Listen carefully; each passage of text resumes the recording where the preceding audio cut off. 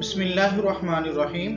चंद एक ज़रूरी मसाइल समाअत करें। सवाल ये है कि वज़ू करने के बाद जब हम मस्जिद के सहन में दाखिल होते हैं तो हमारी दाढ़ी से और बाजुओं से पानी के कतरे टपक रहे होते हैं। इनका मस्जिद के सहन में टपकना कैसा है?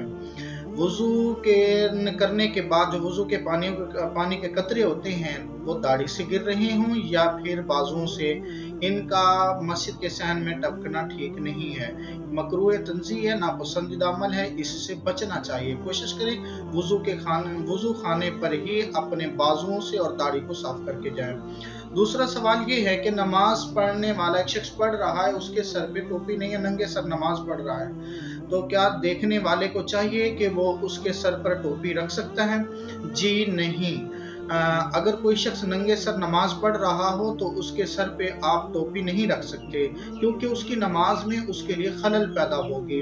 और तीसरा सवाल ये है कि जब जमात हो रही हो तो कुछ लोग दौड़ते हुए मस्जिद की तरफ आते हैं और जमात में शामिल होने के लिए, लिहाजा मस्जिद में दौड़ना मना है, मस्जिद में नहीं दौड़ना चाहिए। और फिर चौथा सवाल ये है कि मोबाइल फ़ोन बंद करना नमाज के दौरान कैसा है? ये नमाज के अंदर अमल जो है ना दो तरह से है, एक अमल कलील है और एक अमल कसीर है। अमल कलील ये है कि देखने वाला ये देखे कि ये नमाज में ही है, और अमल कसीर ये है कि देखने वाला ये समझे कि ये नमाज नहीं पढ़ रहा। अब इसको यूँ समझिए कि अगर आपकी जेब में मोबाइल है और आप हल्का से नमाज के दौरान बच जाता है तो म्यूट वाला बटन क्लिक कर लें, और चाहे ऊपर वाली जेब में है यानी कि नीचे वाली में है, तो ये अमले कलील होगा, इससे नमाज में कोई खलल नहीं पड़ेगा। अमले कसीर ये है कि जेब से निकाला है, सामने देखा है, फिर बंद किया है, फिर जेब में डाला है, ये अमले कसीर होगा, ये मुनासिब नहीं है।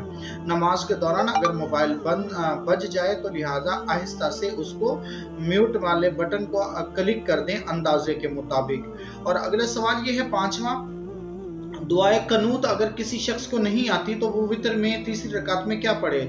तो लिहाजा इसका जवाब ये है कि अगर किसी शख्स को दुआए कनूत नहीं आती तो वो तीसरी रकात में तकबीर कहने के बाद दुआए कनूत की जगह पर ये कहे, अल्लाहुम्मा ग़फ़िरली, अल्लाहुम्मा ग़फ़िरली, अल्लाहुम्मा ग़फ़िरली, 3 बार ये कहे। और पहली फुर्सत में उसे चाहिए कि दुआए कनूत याद करने की कोशिश करे।